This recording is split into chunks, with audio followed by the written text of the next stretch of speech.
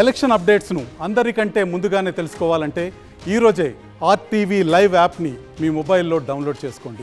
సింగరాయకొండ మండలం మూలకొండపాడులో జరిగినటువంటి సంఘటన యావత్ కొండేపు నియోజక ప్రజలను ఒకసారి దిగ్భ్రాంతికి గురి చేసింది. రాత్రి 12:30 గంటల సమయంలో తెలుగుదేశం పార్టీ చెందినటువంటి చిగురుపాటి గిరి ఇంటి ముందున్న కారుని పెట్రోల్ పోసి తగలబెట్టడం, ఆ ప్రాంతంలో 3 పెట్రోల్ సీసాలు దొరకటం, ఇది రాజకీయంగా ప్రేరేపితమైనది మేము నమ్ముతా ఉన్నాం.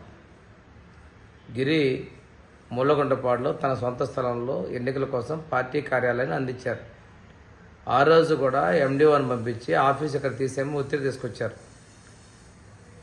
నిన్న ఎన్నికల్లో కూడా తెలుగుదేశం పార్టీ గెలుపు కోసం, నావిక గెలుపు కోసం విశేషమైన కృషి చేశారు. ఈ ప్రశాంతంగా ఉన్నటువంటి ఈ ప్రాంతంలో కార్లు తగలబెట్టడం, విధ్వంసాలు చేయటం వైసీపీ వాళ్ళ కుట్రని మేము భావిస్తూ ఉన్నాం.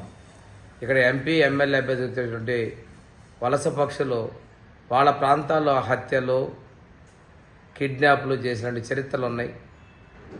పోలీసులతో కొట్టించడాలు, ఆ తర్వాత కేసులు మాఫీ చేయటాలు, ఇటువంటి చరిత్రలు ఉన్నాయి. దీన్ని మేము రాజకీయ కక్షతోటి చేశారని మేము భావిస్తూ ఉన్నాం. జిల్లా ఎస్పీ గారి దృష్టికి ఈ సంఘటన గురించి తీసుకెళ్ళడం జరిగింది.